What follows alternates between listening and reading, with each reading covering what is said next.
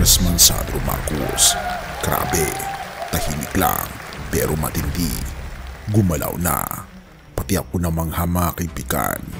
Dahil ang pangarap ni Senator Marcoleta sa taong bayan, inihakbang na ni Congressman Sandro Marcos. Kumusta po ang presyo ng kuryente dito sa Quezon City? Itong batas na ginawa ng Kongreso 24 na taon na nakararaan, nakasulat po letra por letra, idulot ninyo ang serbisyo ng kuryente sa lahat ng Pilipino sa abot kayang halaga. Yun po nakasulat. Sa lilim na nagbabadyang ulan, may isang matandang babae na nakatayo sa harap ng kanyang barong-barong sa San Jose del Monte. Hawak ang lumang electric bill na tila isang sentensyang hindi niya alam kung kailan matatapos. Sa bawat patak ng ulan, sumasabay ang patak ng kanyang luha. Wala siyang kuryente, pero hindi iyon ang tunay na dahilan ng kanyang pag-iyak. Ito'y luha ng paghihintay sa pag-asang matagal nang ipinangakong darating. Ang matandang babaeng ito ay sumisimbolo sa taong bayan. Hindi man totoo ang pangyayaring ito, mapapansin natin na sa mga kababayan natin na hirap sa buhay ay ang kuryente ang isa sa pinaka-problema nila. Ngunit si Congressman Sandro Marcos tahimik na gumalaw ng matindi. Walang pasintabi, walang sigaw, ngunit may dumating isang panukalang batas. Simple ang pamagat, subalit ang epekto maaring pumago sa libo-libong buhay. Free electricity for low consumption households. Ito ay isa sa 10 panukala ni Congressman Sandro Marcos sa kanyang pag-upo ngayong 20th Congress. Ang una sa marami, tahimik ngunit matindi. Hindi ba't ito ang matagal ng pangarap ni Senator Marcoleta na bago siya tumakbo bilang senador ay kanyang ipinangako ang libreng kuryente? Isang pangarap para sa mga maliliit, mga nakalimutan, mga ni minsan ay hindi inisip na maaaring maputulan ng ilaw kahit hindi sila kailanman nagkulan ng sipag.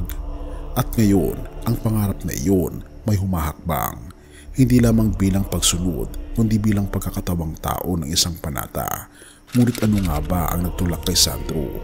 Sabi dito, ang boses ng taong bayan, narinig, isinulat, inihain. Sa panahong puro ingay ang politika, isang kakaibang himig ang pumasok. Hindi sigawan, isa itong pakiusap na isinulat sa papel ng batas. Ayon kay Congressman Sandro Marcos, the first 10 of many filed with purpose, guided by service and inspired by the voices of our constituents. Iyan ang tono ng isang leader na hindi lamang nakikinig, kundi nakikinig upang umaksyon. Isipin mong ikaw ang ina ng 3 anak, tumatakbo ang metro kahit wala kang gamit. Ang liwanag sa kusina ay liwanag din ng pag-asa. At ngayon, may posibilidad na kahit konti man lang sa pasaning iyon ay mabawasan. Libre? Oo, libre. Hindi dahil sa awa, kundi dahil sa karapatang matagal ng nakaligtaan. Pero sapat ba ito? At hanggang saan aabot ang pangarap na ito? Ang batas ay hindi lang letra sa papel, ito'y paninindigan. At si Sandro, maaring para sa ilan, isa pa lamang siyang pangalan, bata. Pero para sa mga tahanang palaging nag-aabang ng brownout, siya na ang liwanag. Kakaiba ang galaw, hindi ito kampanya, hindi ito drama, walang ingay. Ito'y gawa na tumadaloy, hindi lang sa grid ng Meralco, kundi sa mismong ugat ng bayan. At sa likod ng bawat pagpirma niya sa panukalang ito, may tinig ng isang matandang senador na matagal ng pangarap ito. Kay Senator Marcoleta, hindi ba't minsan mo na rin narinig ang kanyang adhikaing mabigyan ng kuryente ang lahat? At ito ay libre? At hindi ba't minsan mo na rin sinabing sana totoo?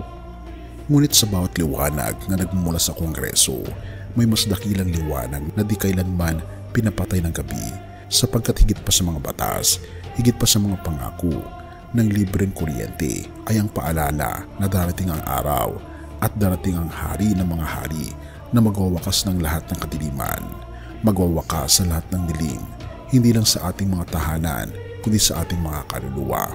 Pahayag 22 verse 5, wala nang gabi roon, hindi na sila mangangailangan ng ilaw, ng lampara o ng liwanag ng araw, sapagkat ang Panginoong Diyos ang magliliwanag sa kanila at sila'y maghahari magpakailanman. Mga kaibigan, totoo ang sinasabi ng banal na kasulatan. Sa langit na bayan, ito ang ating dakilang pag-asa. Ang hari ng mga hari na walang iba kundi ang ating Panginoon Hesus ay nagliliwanag na sa ating puso. Ngunit literal, mga kaibigan, sa kanyang pangako sa John 14 verse 1 to 3, na sa ating pagtungo sa langit na bayan ay mararamdaman natin at makikita natin ang tunay na kaginhawaan. Dahil sa langit, wala ng ilaw, sapagat ang mag-iilaw ng lahat ay walang iba kundi ang ating Panginoon Hesus. Ang tanong ay, ngayon kaibigan, tinatanggap mo ba ang tunay na ilaw ng ating buhay na walang iba kundi ang ating Panginoon Hesus? Purihin ang ating Panginoon Diyos at tayo manalangin. Ama naming Diyos na makapangyarihan sa lahat, tunay nga po Panginoong Diyos na kayo po ang ilaw ng aming buhay, ang magliliwanag Panginoon sa napakadilim naming mundo. Tulungan niyo po kami Panginoon na sa langit na bayan ay kami po'y makarating din at makita po namin Panginoong Diyos ang ganda ng langit, ang gobyerno Panginoon na hindi na kailangan ng elektrisidad, kundi sapat na Panginoon ang aming Panginoon Hesus na siya po mag-iilaw sa amin. Itungo po ang aming mga paa patungo sa langit na bayan at tinatanggap po namin ang aming Panginoon Kristo mula ngayon at magpakilanman.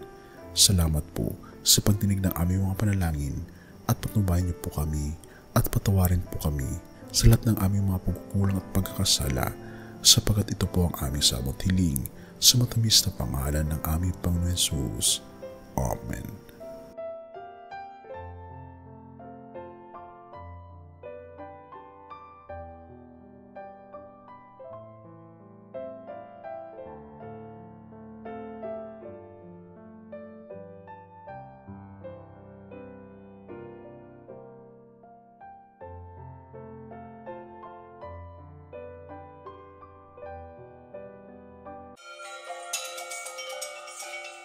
Bago natin ipagpatuloy kaibigan, siya nga pala ang Great Controversy na isa sa mga pinaka-kontrobersyal na libro dahil tumutukoy ito sa mga propesiya sa libro ng Daniel at Revelation na nagaganap na sa panahon natin ngayon bago ang pagdating ng ating Panginoong Diyos ay pinamimigay na namin ng libre sa pamamagitan ng PDF at ito ay nasa limited lamang na panahon, kaya i-click mo sa description sa baba upang ma-avail mo kaibigan ang napaka-importanteng libro ito na magbubukas sa iyo sa mas maliwanag mong hinaharap.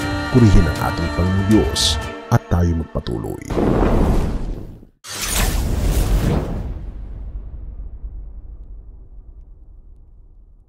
Siyang aking patnubay, siyang aking gabay, siya ang tanging Panginoon, magpakailanman.